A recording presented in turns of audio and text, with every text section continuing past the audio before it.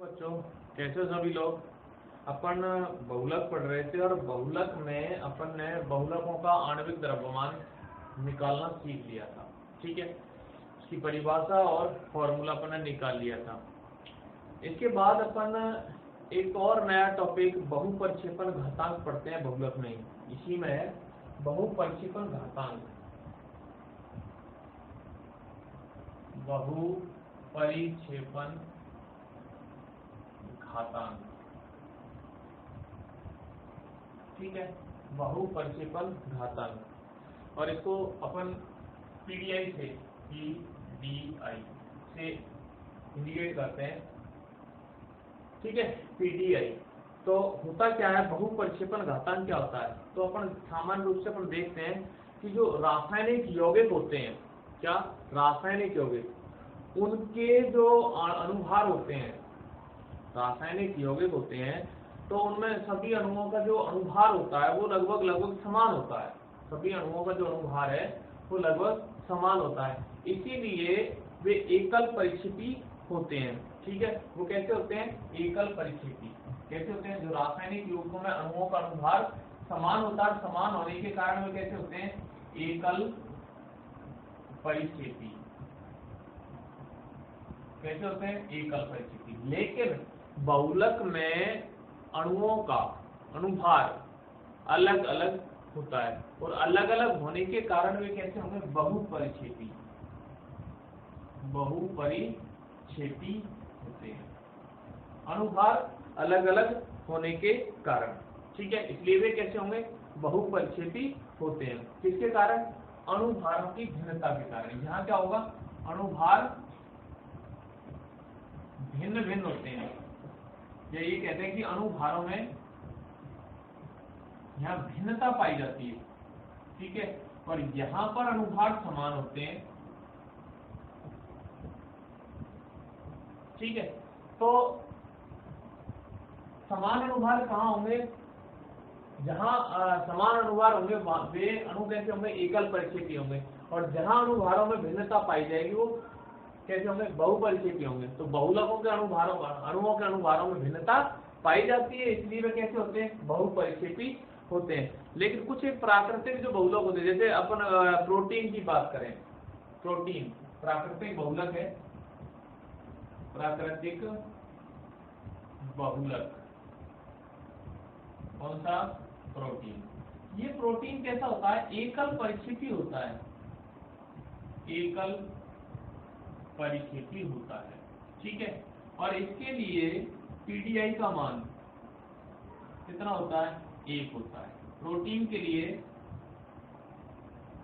के लिए बहुपरिक्षेपण घातांक मतलब पीडीआई एकल परिक्षेपी होता है, इसके लिए पीडीआई का मान कितना होता है, 1 होता है। ठीक है, अब बात करें कि ये पीडीआई या बहुपरिक्षेपण घातांक होता क्या है। बात अपन करें कि पीडीआई या बहुपरिक्षेपण घातांक क्या होता है, तो किसी भी बहुलक के भार औसत अनुभार, किसी पीडीआई बराबर भार औसत अनुभार mw बार, भार औसत अनुभार को संख्या औसत अनुभार mn बार, संख्या औसत अनुभार से विभाजित करने पर, या ये कहते हैं कि किसी बहुलक अणु के भार औसत अनुभार एवं संख्या औसत अनुभार के अनुपात को क्या कहते हैं, बहुपरिक्षेपण घातांक कहा जाता है। भार औसत अनुभार अपॉन संख्या औसत अनुभार। ठीक है, भार औसत अनुभार एवं संख्या औसत अनुभार का अनुपात क्या कहलाता है, पीडीआई कहलाता है, बहुपरिक्षेपण घातांक कहते हैं। ठीक है, भार औसत अनुभार या एवं संख्या औसत अनुभार का अनुपात क्या कहलाता है, बहुपरिक्षेपण घातांक या पीडीआई कहलाता है। ठीक है, तो जो बहुलक प्रोटीन होती है उसके लिए पीडीआई का मान 1 होता है। ठीक है, जो संश्लेषित बहुलक होते हैं, संश्लेषित बहुलक, जितने भी संश्लेषित बहुलक हैं, संश्लेषित बहुलक, जितने भी संश्लेषित बहुलक हैं वो कैसे होते हैं? बहुपरिक्षेपी होते हैं। कैसे होते हैं? बहुपरिक्षेपी होते हैं और उनके परिक्षेपण घातांक का मान ग्रेटर देन 1 होता है। ध्यान रखना, इनके लिए पीडीआई का मान क्या होगा? पीडीआई बराबर ग्रेटर देन 1, एक से अधिक होता है। क्या होता है? एक से अधिक होता है। क्यों? क्योंकि एम डब्ल्यू बार का मान, एम डब्ल्यू बार का मान एम एन बार की तुलना में अधिक होता है। क्यों होता है? इनके लिए पीडीआई का मान एम डब्ल्यू बार मतलब भार औसत अनुभार ग्रेटर देन एम एन बार। क्लियर? संश्लेषित बहुलक बहुपरिक्षेपी होते हैं और इनके लिए पीडीआई का मान कितना होता है? एक से अधिक होता है। ठीक है, क्यों होता है? क्योंकि भार औसत अनुभार का मान संख्या औसत अनुभार की तुलना में ज्यादा होता है। ठीक है, तो बहुपरिक्षेपण घातांक और इसकी परिभाषा। ठीक है, इसकी परिभाषा क्या लिखोगे? भार औसत अनुभार किसी बहुलक अणु के भार औसत अनुभार एवं संख्या औसत अनुभार का अनुपात ही क्या कहलाता है? बहुपरिक्षेपण घातांक कहलाता है। ठीक है, पॉलीडायवर्सिटी इंडेक्स।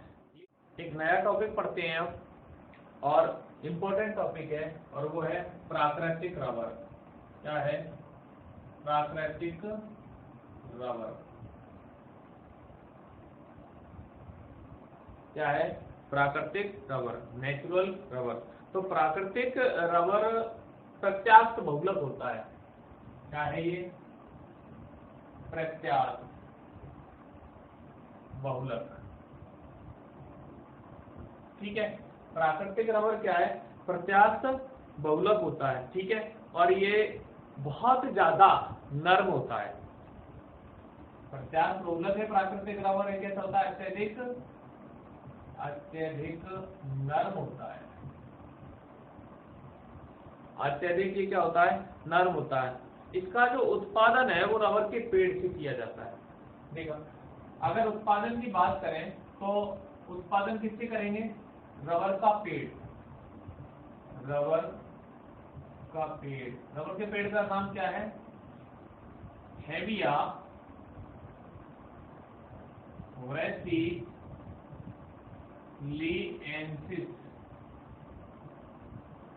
ये रबर के पेड़ का नाम है, हेविया ब्रेसिलियेंसिस।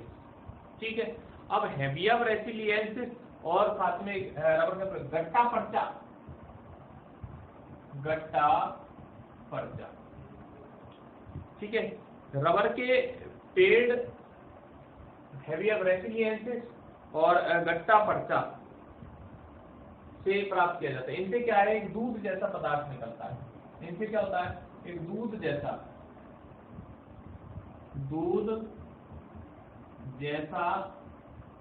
पदार्थ ये निकलता है। इसको बोलते हैं क्षीर। ठीक है, क्षीर या लेटेक्स, क्षीर या लेटेक्स, क्षीर या लेटेक्स कहते हैं। और ये कैसा होता है? चिकना, चिपचिपा होता है। क्षीर, रबर क्षीर कहते हैं, पूरा नाम रबर क्षीर या लेटेक्स कहते हैं। दूधिया होता है, ये सफेद रंग का और ये जल में विलय होता है। रबर का जो जल में कोलाइडी विलयन बनता है, कोलाइडी परिक्षेपण बनता है। जल में कैसा होता है? विलय होता है। ठीक है, रबर का जल में कोलाइडी परिक्षेपण बना लेते हैं इसका। ठीक है, किसका? जो क्षीर प्राप्त होता है अपने को, रबर क्षीर, उसको जल में डाल देते हैं और जल में डालने पर क्या प्राप्त हो जाता है? रबर का जल में कोलाइडी परिक्षेपण प्राप्त हो जाता है। क्या प्राप्त हो जाता है? कोलाइडी परिक्षेपण।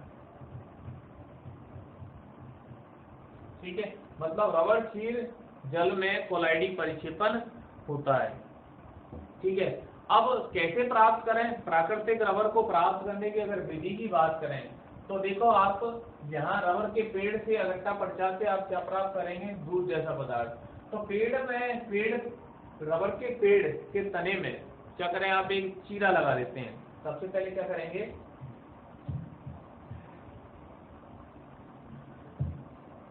सबसे पहले आप क्या करेंगे, रबर का पेड़, और रबर के पेड़ में क्या करेंगे, चीरा लगाएंगे।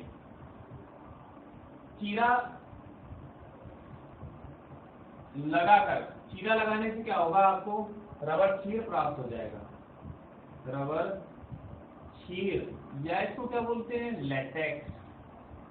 रबर क्षीर या लेटेक्स प्राप्त होता है, और इस लेटेक्स को जल के साथ, जल में तनु करते हैं।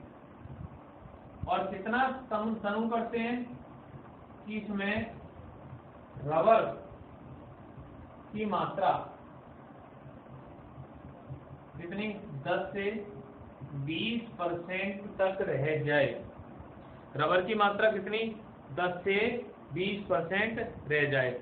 इसके बाद में जब 10 से 20% की मात्रा रबर की रह जाएगी तो इसमें क्या मिला देंगे, एसिटिक अम्ल मिला देते हैं, CH3COOH। इसमें क्या मिलाते हैं, एसिटिक अम्ल मिलाया जाता है, जिससे क्या होता है कि जो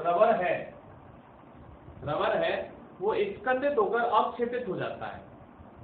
एसिटिक अम्ल मिलाने से 10 से 20% जो रबर की मात्रा है वो एसिटिक अम्ल मिलाने से ये रबर स्कंदित हो जाएगा, और स्कंदित होकर के और ये अवक्षेपित हो जाता है, अवक्षेपित हो जाता है। ठीक है, और इस रबर को क्रैप रबर कहते हैं। जो अवक्षेपित रबर प्राप्त होगा वो क्या कहलाएगा, क्रैप रबर कहलाता है। क्या कहलाता है, क्रैप रबर कहलाता है। ध्यान से सुनना, आराम से वापस सुने। सबसे पहले क्या करेंगे, रबर का पेड़ लेंगे, और रबर का पेड़ लेकर के उसमें चीरा लगाएंगे। चीरा लगाने से रबर क्षीर या लेटेक्स, सफेद दूध जैसा पदार्थ कितने को प्राप्त होगा, जिसमें क्या कहेंगे, रबर क्षीर या लेटेक्स कहते हैं। और इसको जल में इतना तनु करते हैं कि रबर की मात्रा 10 से 20% रह जाती है। ठीक है, इसके पश्चात इसमें एसिटिक अम्ल मिलाते हैं। एसिटिक अम्ल मिलाने से रबर स्कंदित होकर अवक्षेपित हो जाता है, और प्राप्त रबर को क्या कहते हैं, क्रैप रबर कहते हैं। ठीक है, और ये जो क्रैप रबर होता है ये ज्यादा अधिक उपयोगी नहीं होता, अधिक उपयोगी नहीं होता है। क्रैप रबर अधिक उपयोगी नहीं होता है। क्यों नहीं होता है, इसके कुछ रीजंस होते हैं, कुछ कारण होते हैं। और कारण क्या है कि एक तो ये जो क्रैप रबर होता है इसकी प्रत्यास्थता कम होती है, क्रैप रबर की प्रत्यास्थता कम होती है। देखो कौन कौन सी कारण है जिसके कारण ये जो क्रैप रबर है अधिक उपयोगी नहीं होता। क्वेश्चन पूछा जा सकता है आपसे कि क्रैप रबर अधिक उपयोगी नहीं होता, क्यों, इसका कारण दीजिए। तो देखिए, क्रैप रबर अधिक उपयोगी नहीं होता, इसके निम्न कारण है। कारण क्या है कि एक तो इसकी जो प्रत्यास्थता है वो कम होती है। ठीक है, क्या होती है, प्रत्यास्थता। पहला कारण क्या है कि प्रत्यास्थता कम होती है।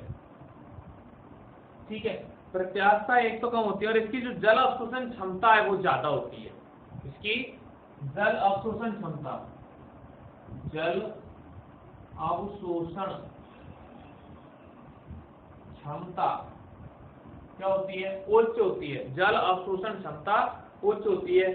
साथ में ये जो क्रैप रबर है ये अध्रुवीय विलायकों, जैसे पर ईथर है, बेंजीन है, पेट्रोल है, इसमें क्या होता है, विलय होता है। तो यहाँ आप लिख सकते हैं अध्रुवीय विलायकों,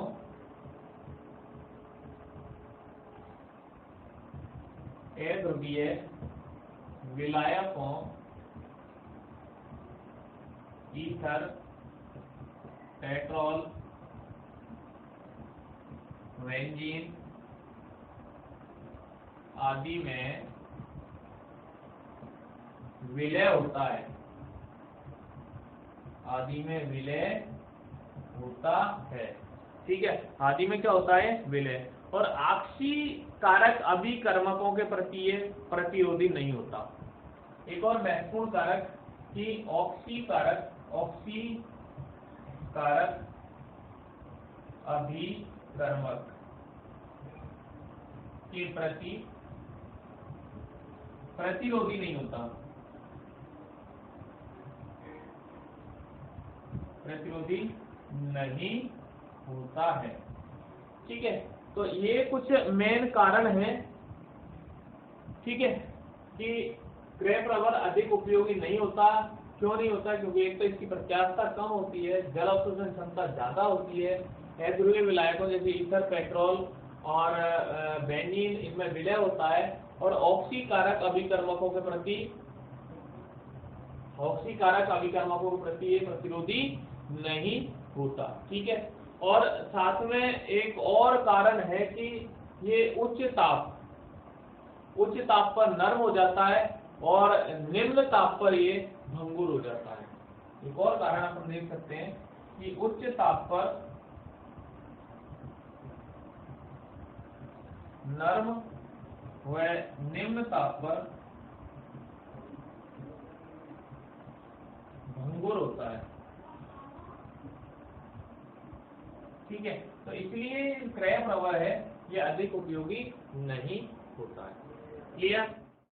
अगला टॉपिक पढ़ते हैं प्राकृतिक रबर की संरचना एवं संगठन। ठीक है, तो जो प्राकृतिक रबर होता है वो आइसोप्रीन का रेखीय बहुलक होता है। आइसोप्रीन के रेखीय बहुलीकरण से प्राकृतिक रबर प्राप्त किया जाता है। देखें आप, NCH2 डबल बॉन्ड C, यहाँ CH3, CH double bond CH2, इसको आइसोप्रीन कहा जाता है। ये है आइसोप्रीन। ठीक है, और इसका अगर IPC नाम लिखेंगे, क्या लिखेंगे? 2-मेथिल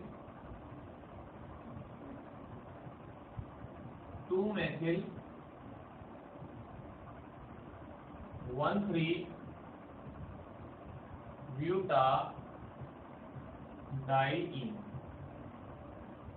2-मेथिल-1,3-ब्यूटाडाइईन। ठीक है, अब इसका रेखीय बहुलीकरण होगा आइसोप्रीन का, तो क्या बनेगा? देखें आप, CH2 CH3, ठीक है, यहाँ डबल बॉन्ड CH2, ये प्राकृतिक रबर। ठीक है, प्राकृतिक रबर प्राप्त हो जाएगा। ये प्राकृतिक रबर है। ठीक है, क्योंकि इसलिए लगाए एनानु लिए हैं तो ये बहुलक बनेगा, प्राकृतिक रबर है। ठीक है, अब इस आइसोप्रीन में जो इकाइयां होती हैं उनमें 1,4 योग होता है। कौन सा? 1,4 योग, 1,4 योग ये होता है। आइसोप्रीन जो इकाइयां हैं 1,4 योग से दो समावयवी बनाती हैं। कौन से? दो समावयवी बनाती हैं, और दो समावयवी कौन से? समपक्ष और विपक्ष, समपक्ष समावयवी और विपक्ष समावयवी। प्राकृतिक जो रबर है वो समपक्ष समावयवी होता है। प्राकृतिक रबर कैसा है? यहाँ लिखा भी हुआ है, स्ट्रक्चर बनी हुई है, सिस पॉली आइसोप्रीन। इसको क्या लिख देंगे? Poly isoprene. ठीक है, आइसोप्रीन से क्या बन गया? Poly isoprene. ठीक है, और इस पॉली आइसोप्रीन से ही ये क्या है? समपक्ष रूप है। देखिए यहाँ इन दोनों कार्बन इसी से बनाया है, ये दो कार्बन परमाणु, एक ये कार्बन और एक ये कार्बन है, और दोनों ही डबल बॉन्ड से जुड़े हुए हैं। तो यहाँ पर ये दोनों कार्बन परमाणु डबल बॉन्ड से जुड़े हुए हैं, ये कार्बन दोनों तरफ देखना। ठीक है, इस कार्बन परमाणु से हाइड्रोजन जुड़ा हुआ है, एक संयोजकता से, तो एक संयोजकता से ये हाइड्रोजन जोड़ दिया, और इसकी दूसरी संयोजकता से जुड़ा CH2, तो ये CH2 समूह आ गया। इस कार्बन परमाणु की दोनों संयोजकताओं से, एक से CH2 और एक से CH3। ठीक है, अब समपक्ष रूप है, मतलब इसकी जो CH2 इकाइयां हैं वो द्विबंधित, वो एक तरफ रहती हैं। ठीक है, तो ये समकक्ष है, ये समकक्ष रूप है। ठीक है, और ये जो विपक्ष रूप है एक दूसरे के विपरीत आ रही है, देखो ये जो जुड़ी हुई इकाइयां हैं ये। ठीक है, क्लियर, ये विपक्ष आ रही है। ठीक है, तो ये कैसा रूप है, विपक्ष, और इसको क्या बोलते हैं, गट्टा पर्चा, ट्रांस पॉलीआइसोप्रीन या गट्टा पर्चा। समकक्ष पॉलीआइसोप्रीन या प्राकृतिक रबर में ये जो इकाइयां होती हैं, ये इनकी जो श्रृंखला बनती है, ये आपस में दुर्बल वान डेर वाल आकर्षण बलों के द्वारा जुड़ी रहती है। जो श्रृंखलाएं हैं इनमें क्या पाया जाता है, दुर्बल वान डेर वाल आकर्षण बल पाया जाता है, जिसके कारण ये कुंडलित होती हैं और स्प्रिंग के समान संरचना बनाती है। मतलब स्प्रिंग जैसे इस प्रकार से स्प्रिंग की भांति संरचना बना लेती है, और इनकी श्रृंखलाओं के बीच में क्या पाया जाता है, दुर्बल वान डेर वाल आकर्षण बल के द्वारा ये आपस में जुड़ी होती हैं। ठीक है, जिसके कारण इसमें ये कैसा होता है, प्रत्यास्थता का गुण दर्शाता है, जिसके कारण ये प्रत्यास्थता का गुण दर्शाता है। ठीक है, अगला टॉपिक है इसमें रबर का वल्कनीकरण। रबर का वल्कनीकरण, तो देखिएगा कि रबर के भौतिक गुणों को सुधारने के लिए या उसके भौतिक गुणों में सुधार करने के लिए रबर को गंधक के साथ गर्म करते हैं। रबर को किसके साथ, गंधक के साथ गर्म करते हैं। प्राकृतिक रबर जो आइसोप्रीन का रेखीय बहुलक होता है, आइसोप्रीन से क्या बनाते हैं, पॉली आइसोप्रीन बनाते हैं, और पॉली आइसोप्रीन को गंधक के साथ गर्म करते हैं। गंधक के साथ गर्म करने की प्रक्रिया वल्कनीकरण कहलाती है। ठीक है, प्राकृतिक रबर को गंधक के साथ या सल्फर के साथ गर्म करने की प्रक्रिया क्या कहलाती है, रबर का वल्कनीकरण कहलाती है। और वल्कनीकरण की जो प्रक्रिया है उसमें प्राकृतिक रबर को 373 से 415 कितना 373 से 415 केल्विन ताप पर गर्म करते हैं। 373 से 415 केल्विन ताप तक सल्फर के साथ गर्म किया जाता है। गर्म करने से पॉलीआइसोप्रीन की जो इकाइयां होती हैं उनके मध्य में सल्फर के क्रॉस बंध बन जाते हैं। सल्फर के क्या बन जाते हैं, क्रॉस बंध बन जाते हैं ये। ठीक है, क्रॉस बंध बन जाते हैं, और इन क्रॉस बंधों के बनने से ही सल्फर की इसकी प्राकृतिक रबर की जो प्रत्यास्थता है वो बढ़ जाती है, प्रत्यास्थता बढ़ जाती है। ठीक है, इससे रबर क्या हो जाता है, कठोर भी होता है। ये जो इकाइयां हैं क्रॉस बंधों के द्वारा जुड़ती हैं, क्रॉस बंधों के जुड़ने से रबर कैसा हो जाता है, कठोर हो जाता है। ठीक है, तो यहाँ पर ये आइसोप्रीन से क्या बना, पॉली आइसोप्रीन बनाया था अपन ने। ये है पॉली आइसोप्रीन की इकाइयां हैं, ध्यान रखना आप, ये एक इकाई है ये वाली, तो ये बार बार इनकी पुनरावृत्ति हो रही है। ठीक है, और ये आपस में सल्फर के साथ क्रॉस बंधों का निर्माण कर रही है। क्रॉस बंधों के निर्माण से रबर कैसा होगा, कठोर हो जाता है। ठीक है, तो प्राकृतिक रबर को सल्फर के साथ कितने डिग्री, कितने केल्विन, 373 से 415 केल्विन ताप पर गर्म करने की प्रक्रिया रबर का क्या कहलाती है, वल्कनीकरण कहलाती है। ठीक है,